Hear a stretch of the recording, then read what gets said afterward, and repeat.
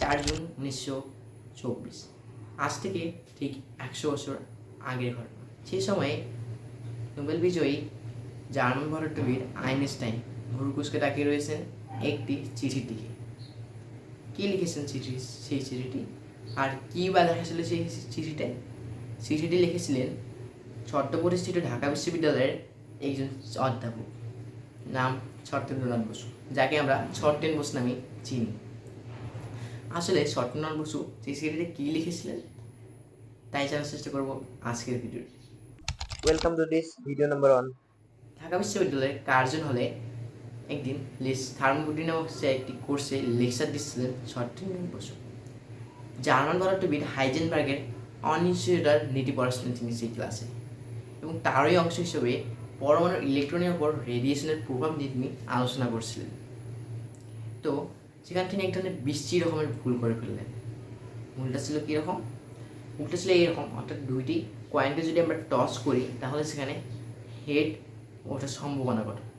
ওঠাঘাটা পরিসংখ্যান অনুযায়ী কিন্তু সেখানে হেড ওঠার সম্ভাবনা 4/1 সেখানে 4 ধরনের ফলাফল আসতে পারে।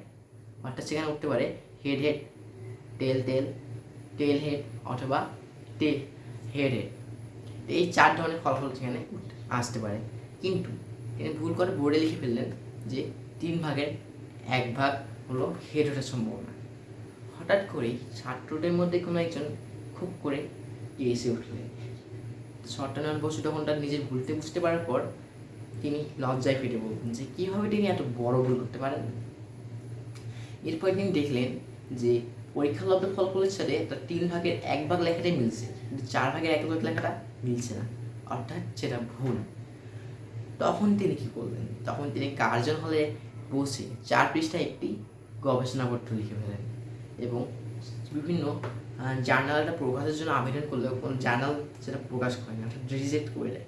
তখন তিনি বাধ্য হয়েই বিশ্বের সে সময়ে সেরা পদার্থবিদ আইনস্টাইনকে চিঠির মাধ্যমে তা জানান, এবং আইনস্টাইন চিঠিটি পড়ার পর তা বুঝতে পারেন এবং তিনি তার নির্দেশে জার্মানির একটি খ্যাতিমান জার্নাল এটা প্রকাশিত হয়, যেটার নামকরণ করা হয়েছিল Planck's law and hypothesis of light quanta.